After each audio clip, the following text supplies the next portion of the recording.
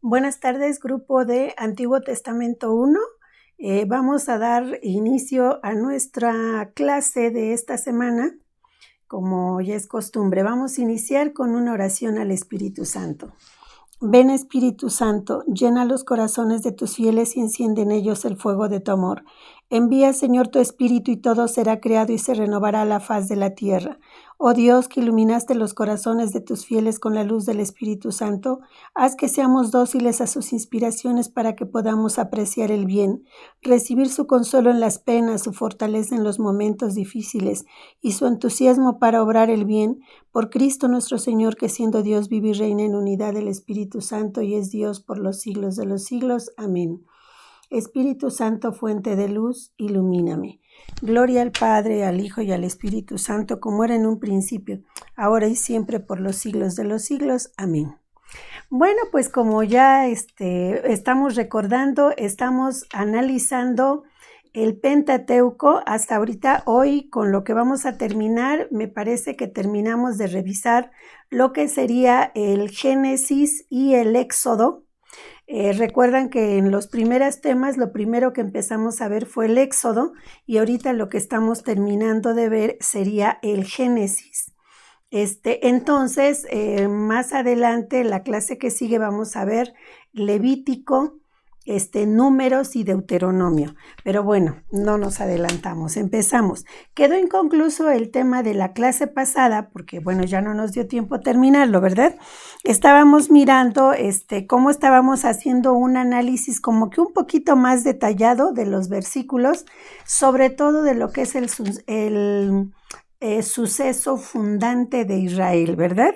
Entonces ya vimos cómo Dios siempre actúa en favor de su pueblo y nos habíamos quedado en la última parte donde nos dice buscar dos palabras opuestas que a nuestro juicio formen la base sobre la que se forma este relato. Entonces estábamos mirando que, por ejemplo, de las citas bíblicas de los versículos específicamente, dice aquí Éxodo 13 del versículo 17 a Éxodo 14, versículo 31. Entonces, toda esa parte que la resumiéramos en expresiones contrarias. Entonces, lo que yo les había dado como ejemplo de lo que yo saqué, ustedes pueden tener otras, ¿verdad?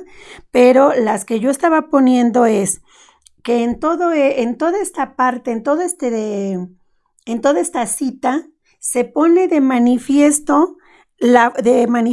la fuerza y el poder de Dios, pero lo contrario es que se pone de manifiesto la debilidad del pueblo. Por otro lado, otro ejemplo más, el amor tan grande que Dios le tiene a su pueblo para entrar en defensa siempre de ellos, y por otro lado, la poca fidelidad, confianza que el pueblo tiene en Yahvé Dios.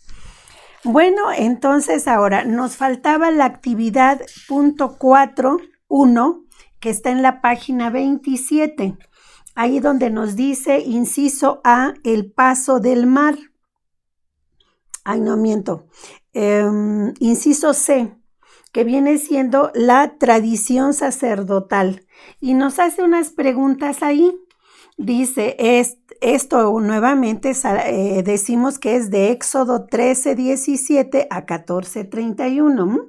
Entonces ahí nos dice, preguntas, ¿quiénes son los actores o el actor que está mencionado aquí? Dios, Moisés, el faraón y los israelitas.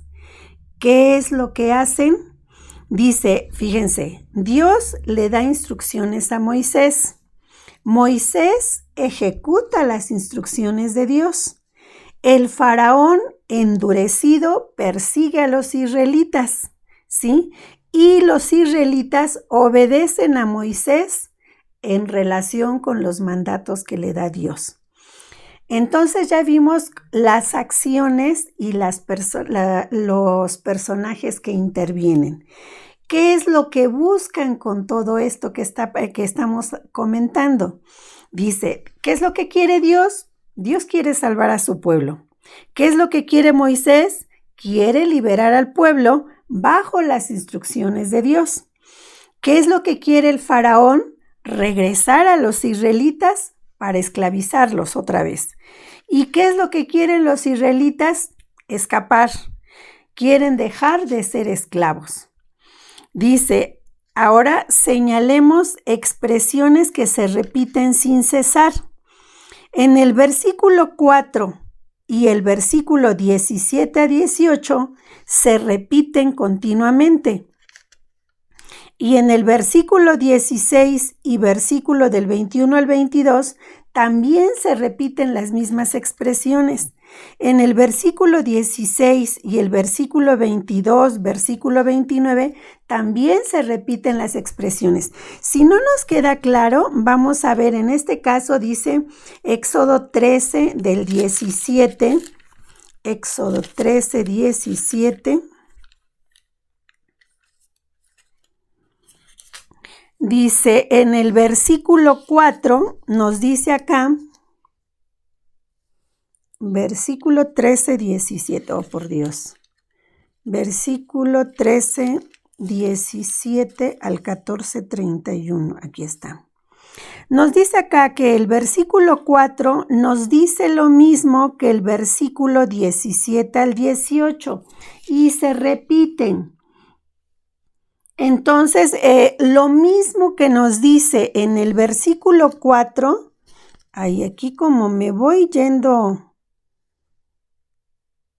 dice, yo endureceré el corazón de Faraón y os perseguirá, pero yo manifestaré mi gloria a costa de Faraón y de todo su ejército, y sabrán los egipcios que yo soy Yahvé, y así lo hicieron.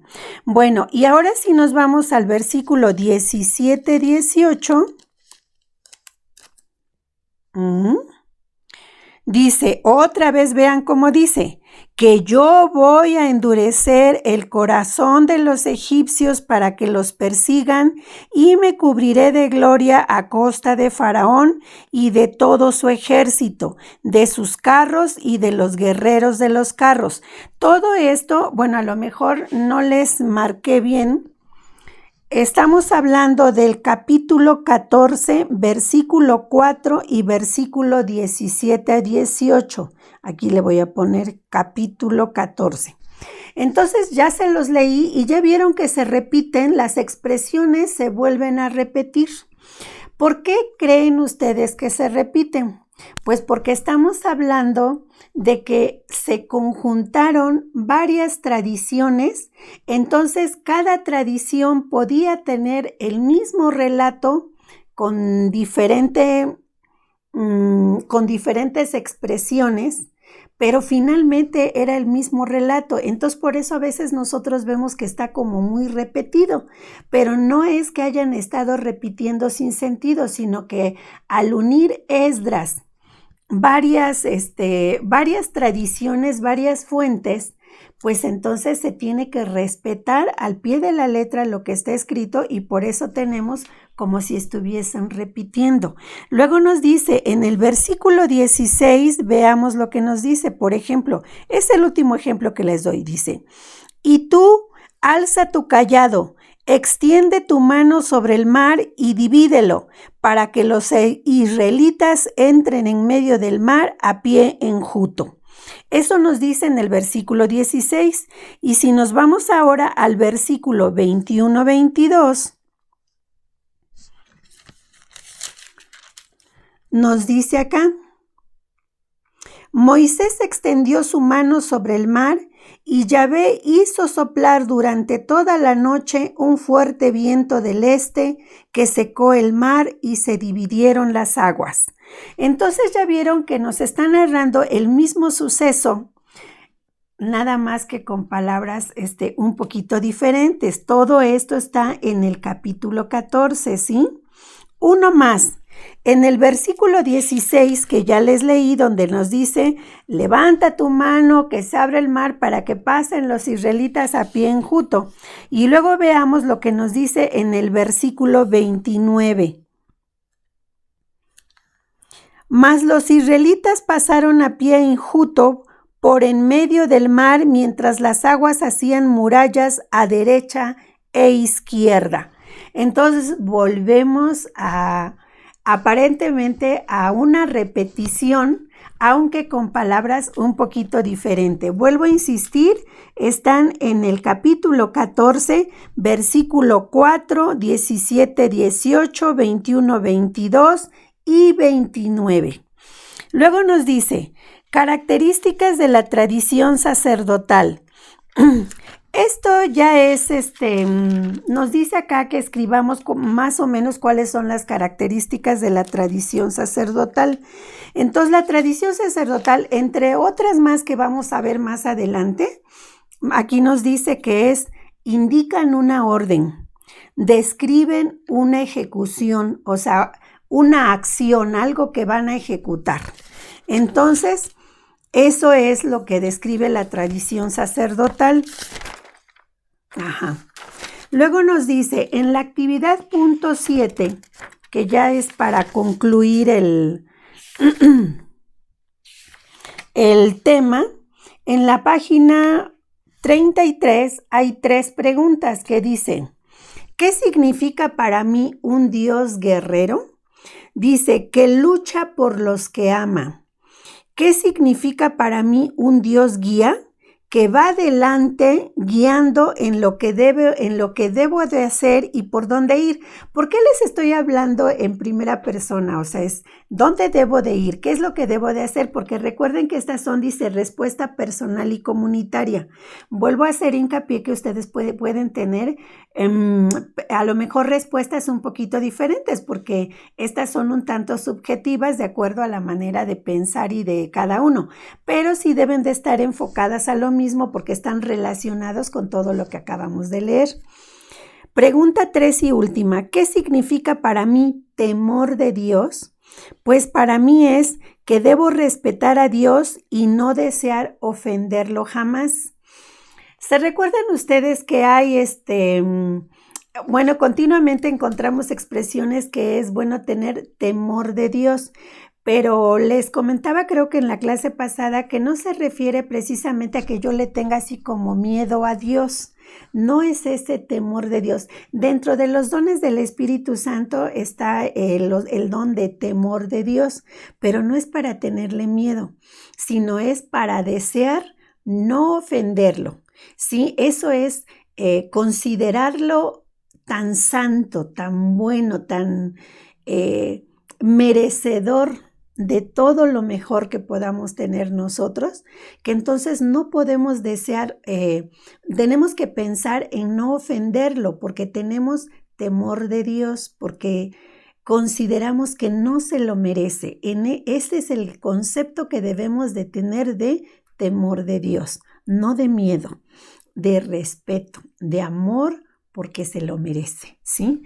Bueno, con esto concluimos lo que es el tema 2 y vamos a entrar al tema 3. ¿Cuál es el objetivo del tema 3? Estamos mirando Génesis y Éxodo, ¿verdad? Todavía. Dice, el objetivo es aplicar lo que ya sabemos del Pentateuco a los 2 primeros libros, Génesis y Éxodo, para mejorar nuestra lectura y comprensión y crecer nuestra fe para poder dar testimonio. Recuerden que volvemos a hacer hincapié, aunque parezcamos como disquitos rayados. Nada de esto que estamos aprendiendo es provechoso si no lo ponemos en práctica. El ponerlo en práctica nos lleva a dar testimonio de Dios, porque si no vamos a ser unas personas que sabemos, podemos llegar a saber mucho, pero no somos testigos de Dios, porque no va a haber ningún cambio en nosotros si no intentamos ponerlo en práctica para que realmente demos testimonio de nuestra fe en Dios. Bueno, empezamos a contestar como siempre el cuestionario de repaso del tema anterior, ¿sí? Entonces dice aquí, primera pregunta, si hemos aprendido, este cuestionario está en la página 39 ya del tema 3.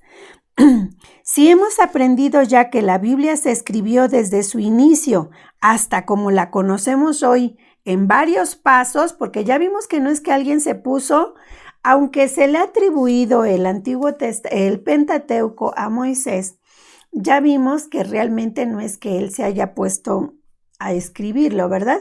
Sino que al paso del tiempo, varias personas, varios grupos fueron escribiendo los sucesos y después del exilio, Esdras se encarga de reunir todos esos textos para darle forma al Pentateuco. Sí, bueno, entonces eso es lo que nosotros estamos analizando y dice acá, bueno, si ya entendiste que no hay un solo escritor, sino que se fue escribiendo por varias personas y al paso del tiempo, ahora yo te pregunto, ¿cuáles serían esos pasos? 1. La vivencia. 2. El recuerdo. 3. La transmisión oral. Y finalmente, la transmisión escrita. ¿Qué quiere decir con esto? La vivencia, pues primero tuvieron que vivir la situación, o sea, vivieron la esclavitud, desde luego vivieron desde la formación de Abraham, se viene formando el pueblo, llegan a ser esclavos de Egipto, en Egipto son liberados por Moisés, entonces ya de ahí pues van saliendo. Entonces, ¿qué fue lo primero que tuvieron? La vivencia. Después se acuerdan, el recuerdo. 3, se lo platicaban los padres a los hijos. ¿Se acuerdan que en la Pascua, entre los mandatos que les da el Señor, les dice, esto se lo vas a platicar a tus hijos? Cuando ellos te pregunten, ¿por qué hacemos esto? ¿Por qué esta noche es especial, la noche de Pascua? Y entonces tú le vas a explicar que fuimos esclavos, que fuimos liberados, que Dios, Yahvé con mano fuerte nos rescató, en fin, todo esto. Entonces esa es la transmisión oral. Y ya por último, pues llega un momento en que dicen, bueno, pues ya no nada más es que yo te lo transmita oralmente, sino que hay que ponerlo por escrito para que ya no empiece a haber a lo mejor en determinado momento, pues cambios, porque finalmente nosotros como personas todos tenemos diferentes formas de expresarnos, ¿verdad? Entonces habría algunos que le darían mayor viveza a su relato y personas que fueran más llanas para relatar lo que había sucedido. De ahí nacen las tradiciones y las fuentes, ¿verdad? Bueno, pues entonces esos son los 4 pasos principales que siguen, que se siguieron para la escritura del Pentateuco. Luego dice, ¿cómo se llevó a cabo la composición de los libros? Dice, se unieron todos los escritos y se trató de ponerlos en orden para hacer una sola historia continuada y coherente. O sea, lo más ordenada posible y obviamente que tuviera sentido, porque la tuvieron que poner en orden. No iban a empezar a poner la liberación primero y la esclavitud después, pues para nada, ¿verdad? O sea, todo tenía que ser continuado y coherente. Dice, tanto como fuera posible, y se dividió en el caso del Pentateuco en 5 libros. Pregunta 2. Explica en qué consistía cada uno de estos pasos. Dice, a ver, se siguen 4 etapas. Están en la página 29 de su libro del tema anterior, ¿sí? Si nos vamos a la página 29, dice aquí, podría decirse que el Pentateuco se constituyó no en 3, sino en 4 etapas principales. Y esas son las que aquí nos están describiendo. Por eso no se las comenté en el tema anterior, porque si no, íbamos a volver a repetir ahorita. Entonces acá dice, primero, dice aquí, al principio está la personalidad de Moisés y los acontecimientos que dieron origen al pueblo. Yo se los voy a leer como los resumí acá, pero ya les estoy diciendo que ustedes pueden sacar la respuesta de esta pregunta, pregunta 2, en la página 29 de su libro, está hasta abajo, están los 4 pasos. Yo se los leo condensados.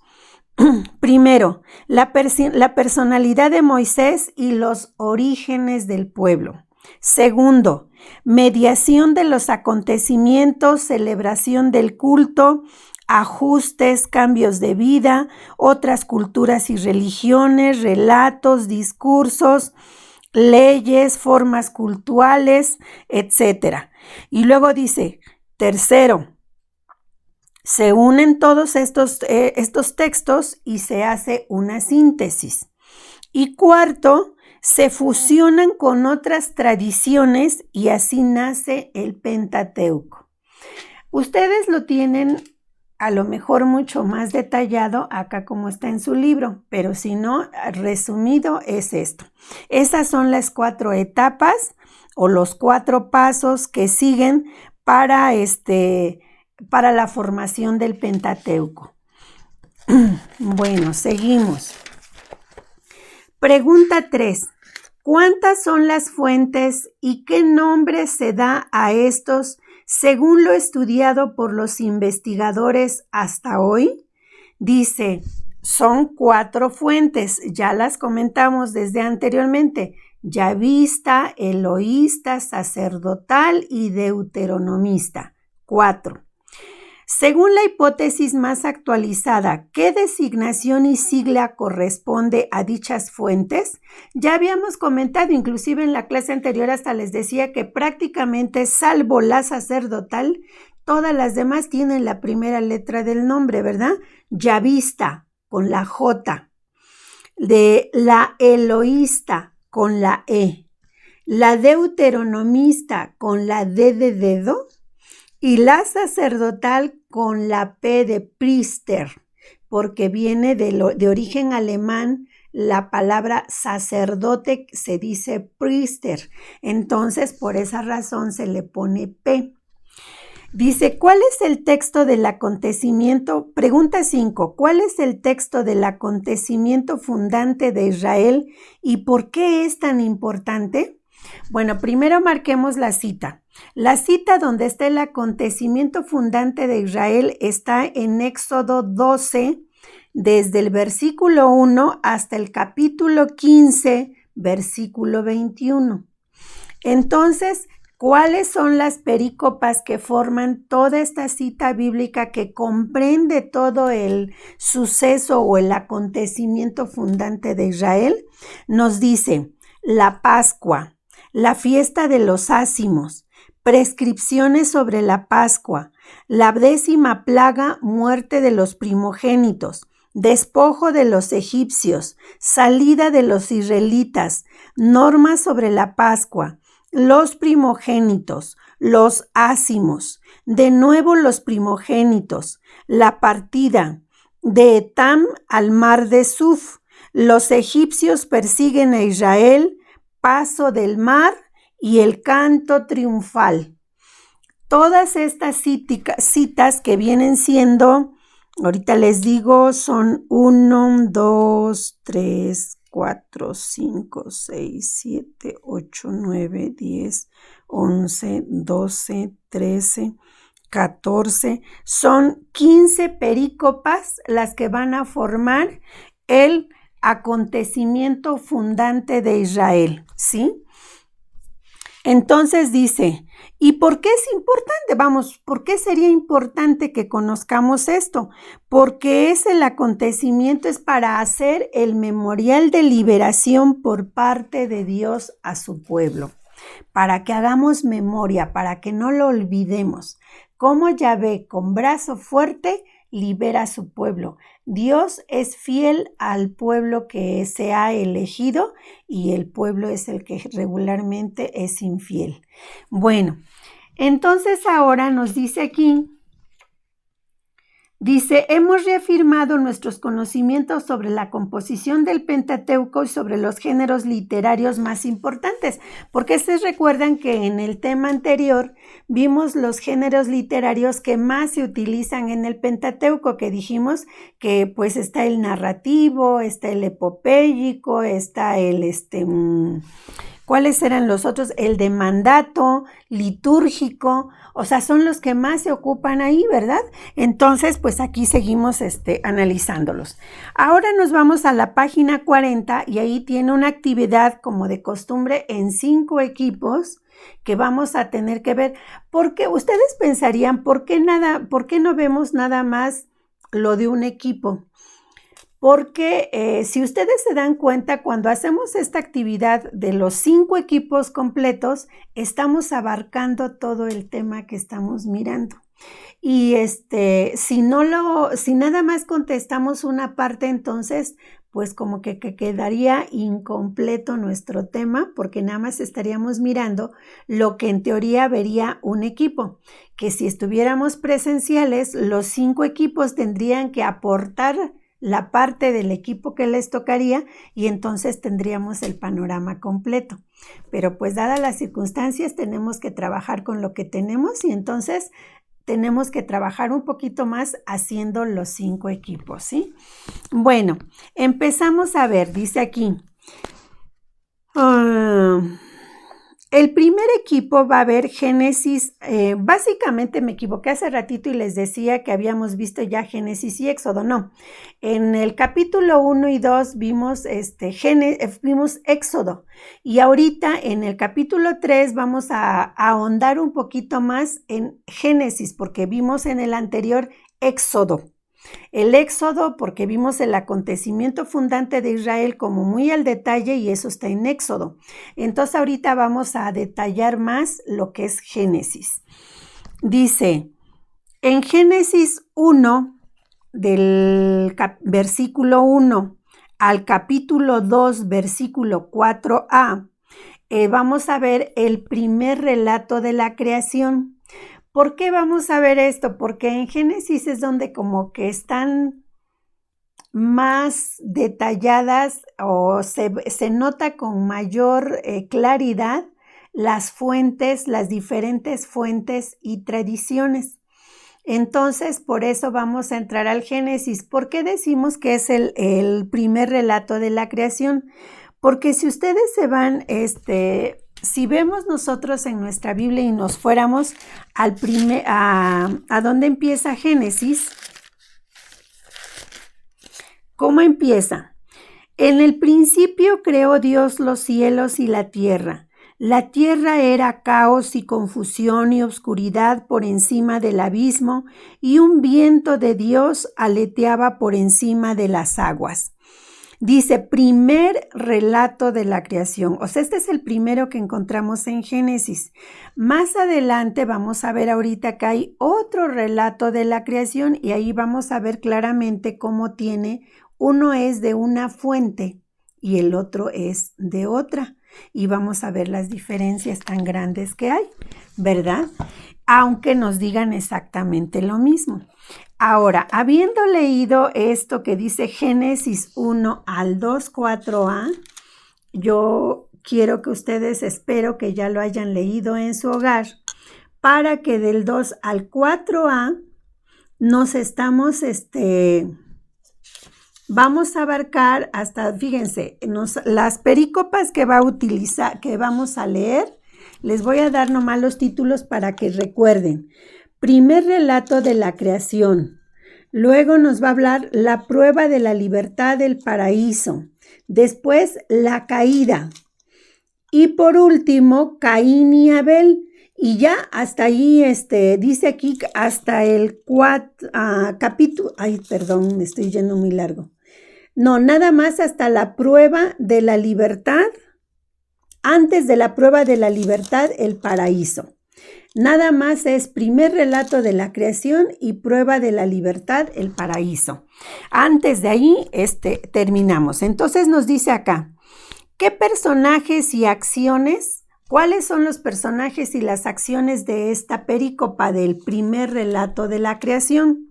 Y nada más. Bueno, nos dice, ¿quiénes están participando allí?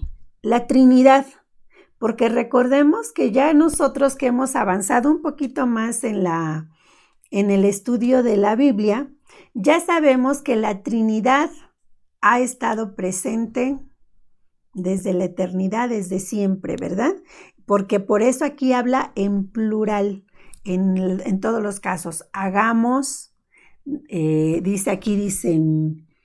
dijo Dios, haya luz, y aquí dice, un viento de Dios aleteaba por encima de las aguas. O sea, ya me está hablando del Espíritu Santo, ¿verdad? Entonces ya estaba Dios Padre, Dios Hijo, Dios Espíritu Santo desde la creación. Por eso decimos que entre los que ya están ahí participando está la Trinidad. Dice, y luego, ¿cuál es la acción? La creación, ¿verdad? Crean todo, ¿sí? Y dice, ¿cuál es el género literario que está ocupando acá? Está utilizando el género literario poético, ¿sí?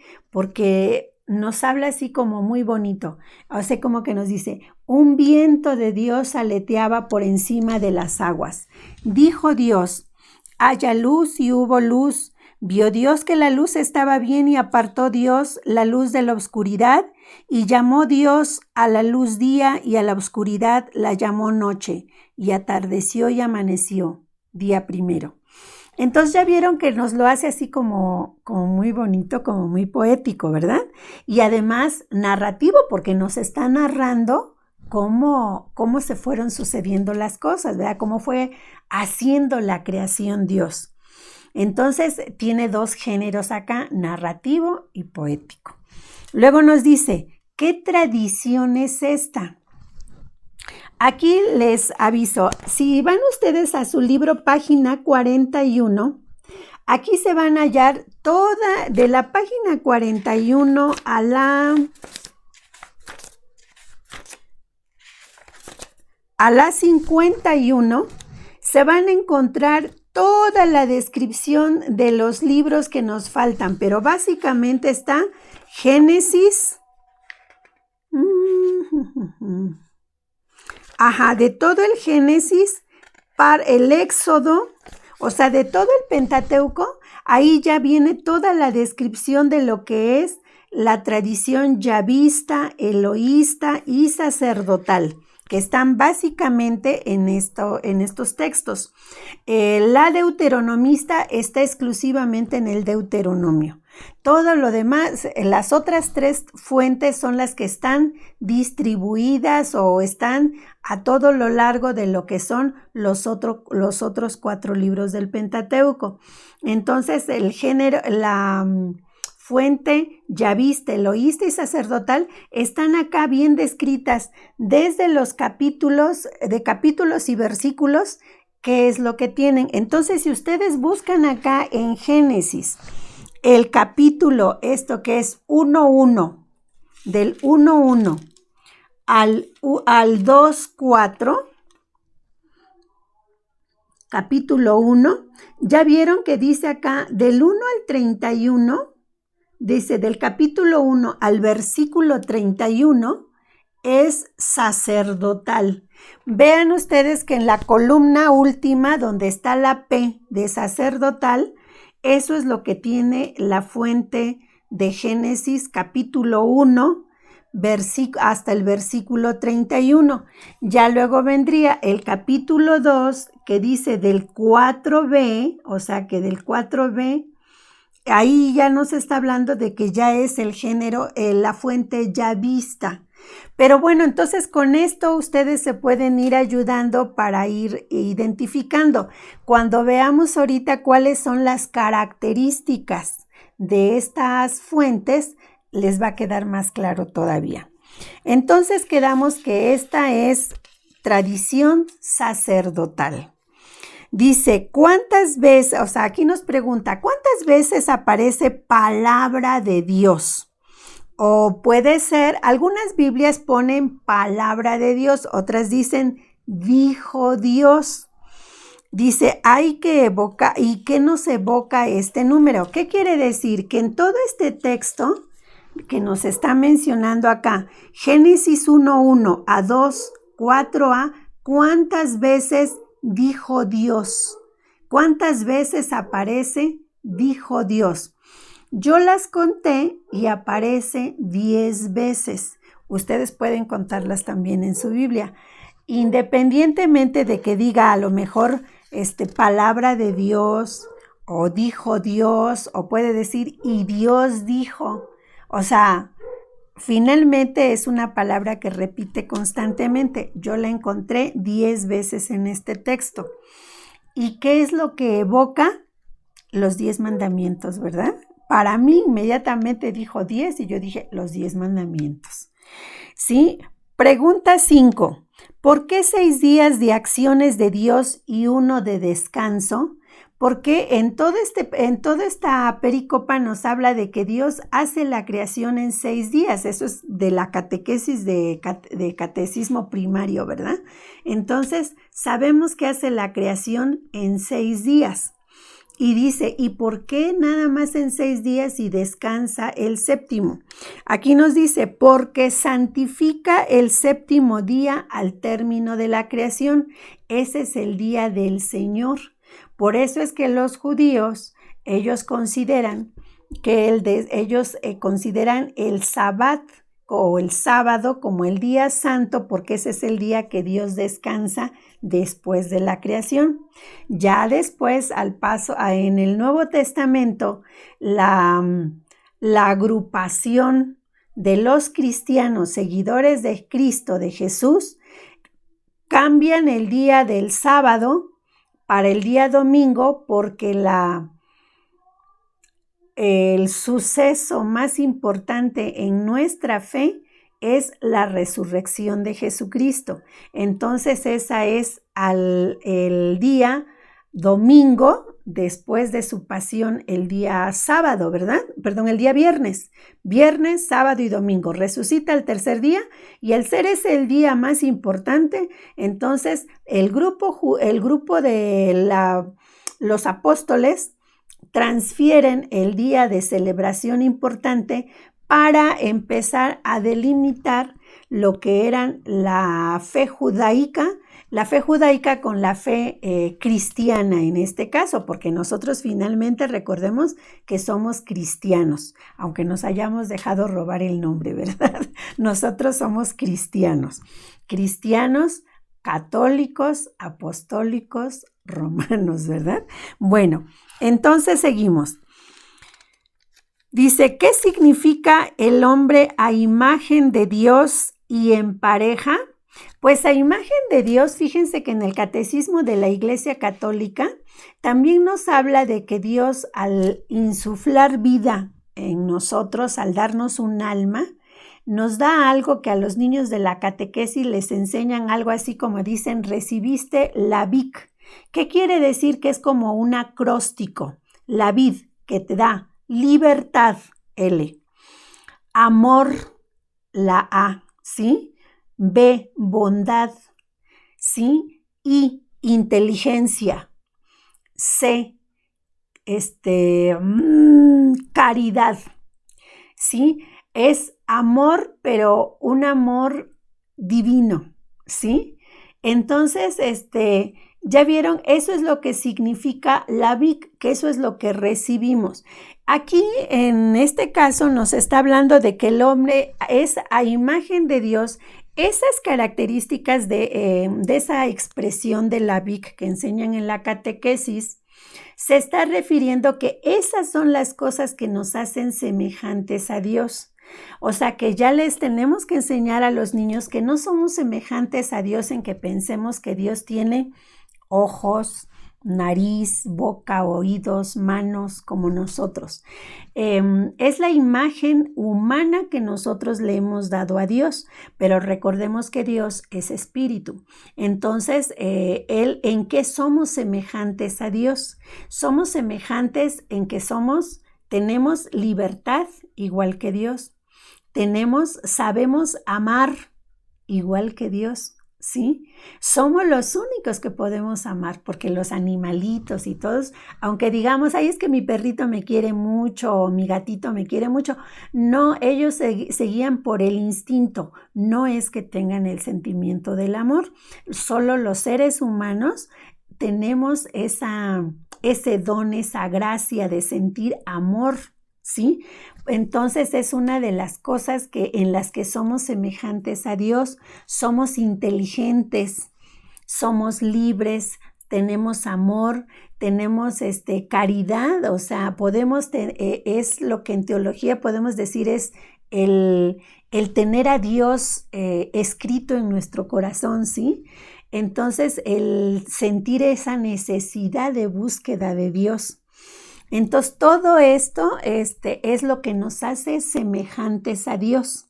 No el aspecto físico, no la materia, sino es todas estas cuestiones que forman parte de nuestro espíritu, que forman nuestro espíritu, nuestra alma, y es en las que somos semejantes a Dios. Aquí nos dice, el hombre a imagen de Dios significa que es el único con poder de amar, de comunicación. Ay, perdón, no era caridad, era comunicación. O sea, nos podemos comunicar. La VIC, al final, la C final es de comunicación. Somos los únicos que podemos establecer comunicación con los demás en la forma que sea. Hasta mudos si ustedes quieren. Se podrán comunicar con las manos. Pero tenemos el don, la gracia, el poder de la comunicación, ¿sí? Y somos libres. Entonces acá nos habla de 3 características: amor, comunicación y libertad.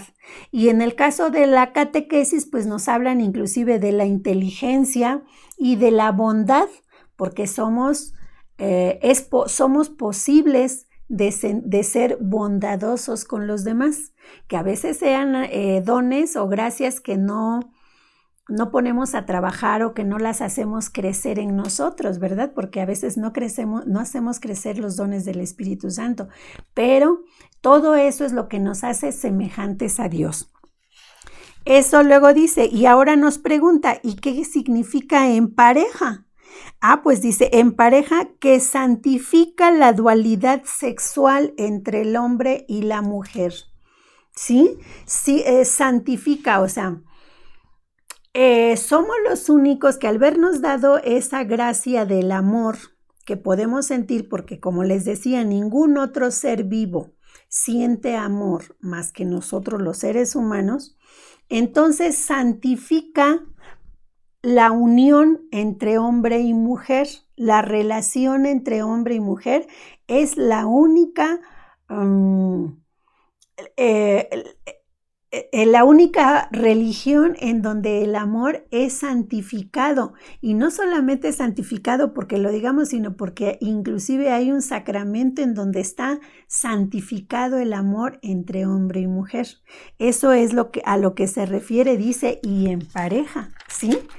Bueno, ya vieron cómo vamos entrando a cosas que a lo mejor nosotros vivimos de manera cotidiana, sabemos que existen, pero como que no las tenemos bien visualizadas o bien conceptuadas desde el punto de vista bíblico, ¿verdad? Bueno, seguimos. Con eso concluimos lo que sería el equipo 1. Ahora vamos con el equipo 2, que les tocó Génesis 2, del 4b, o sea, de donde se quedó el anterior. El anterior se quedó en el 2a, perdón, en el 4a, capítulo 2, versículo 4a, y entonces le toca la siguiente, que es al 3 del 2, capítulo 2, versículo 4 al 3:19. Al 3:19. Ajá. Bueno, entonces fíjense las perícopas que va a abarcar. Dice, dice, ¿qué tradición? Bueno, me estoy adelantando. La prueba de la libertad y el paraíso. Luego dice, en el capítulo 2 dice, ¿qué género literario le corresponde? El narrativo. ¿Por qué? Porque aquí nos va a empezar, es puro narrativo, dice. El día en que hizo Yahvé Dios la tierra y los cielos, no había aún en la tierra arbusto alguno del campo, y ninguna hierba del campo había germinado todavía, pues Yahvé Dios no había hecho llover sobre la tierra, ni había hombre que labrara el suelo, pero un manantial brotaba. Entonces ya vieron que es puro narrativo, ¿verdad? Y luego dice, ¿qué tradición? Pues nos vamos aquí a nuestro texto donde nos dice del 2:4b, aquí vieran justamente hasta el 19 está comprendido en el segundo renglón y nos dice que es el género yavista, porque está en la J, ¿verdad? Entonces dice, ¿de qué se trata? ahora ya me está preguntando de qué trata esto, por eso yo me estaba adelantando. Dice, las perícopas que entran acá es la prueba de la libertad, el paraíso, y luego la caída, ¿sí? Dice, relato mucho más antiguo de la creación y el pecado, y también viene ya incluido el protoevangelio. Vamos a seguir. Pregunta 4. ¿Qué nombre ha dado la tradición cristiana a Génesis 3:15? Les leo lo que dice 3:15. Enemistad pondré entre ti y la mujer, y entre tu linaje y su linaje, él te pisará la cabeza mientras acechas tú su calcañar. Eso es lo que nosotros conocemos. Aquí nos dice, ¿qué nombre le ha dado la tradición cristiana a Génesis 3:15? El protoevangelio. Sí, así es como lo llamamos dentro de la Iglesia Católica a este versículo que ya nos da la prefiguración de lo que va a ser más bien el aviso de la Virgen Santísima y de Jesucristo. Y luego dice, pregunta 5. ¿Qué referencias importantes hay con el Nuevo Testamento? O sea, de esta cita que acabamos de leer, Génesis 3:15, ¿qué cita encuentra? O sea, ¿en qué está relacionado con el Nuevo Testamento? Pues facilísimo, ¿verdad? Dice, primero, la serpiente, ¿qué representa? Pues el pecado, ¿verdad? Porque aquí ¿a quién le estaba hablando Dios, Yahvé, en este momento? Dice, pondré enemistad entre ti y la mujer. Sí, o sea, entre tú, serpiente, tú mal, tú demonio, tú pecado, entre tú y la mujer. Por eso María es la Inmaculada, ¿verdad? Porque ella nunca comete pecado, ¿sí? Dice, la mujer inmaculada que resiste al pecado y es la Virgen María, ¿sí? Por eso dice que están enemistados, porque la Virgen nunca cae en el pecado. Entonces esa es la enemistad de la que está hablando Dios Yahvé con la mujer, María, ¿sí? Luego dice, el linaje de la mujer. ¿Cuál es el linaje? Es la descendencia de la mujer. ¿Y quién es el descendiente de esta mujer, la Virgen María? Jesucristo. Jesucristo, que es quien le pisará la cabeza, porque aquí nos dice claramente, él te dice, entre tu linaje y su linaje, él, o sea, no ella, él te pisará la cabeza. Dice, él te pisará la cabeza, o sea, su linaje de la Virgen le pisará la cabeza. Quiere decir, lo va a vencer. Dice, Jesucristo que le pisará la cabeza porque con su resurrección vence el pecado. ¿Por qué decimos que con su resurrección vence el pecado? Porque recuerden que el pecado es el castigo. La muerte es el castigo por el pecado, porque por eso les dice Dios a Adán y Eva, por haber desobedecido, por haber pecado, ahora vas a morir, ¿sí? Entonces, vas a regresar al polvo. Entonces, se considera que por eso cuando nosotros pecamos, estamos muertos a la gracia de Dios. Entonces, Jesucristo con el sacramento de la penitencia nos da la oportunidad de volver a resucitar y volver a restablecer nuestra amistad con Dios. Sí, bueno, entonces con esto terminamos la plática de lo que sería el equipo 2 y pues yo creo que con esto vamos a detener este video. Prometo que en 2-3 días les hago el otro video para que rápido también terminemos este tema. Vamos muy bien, si se fijan ustedes, llevamos prácticamente terminando este tema.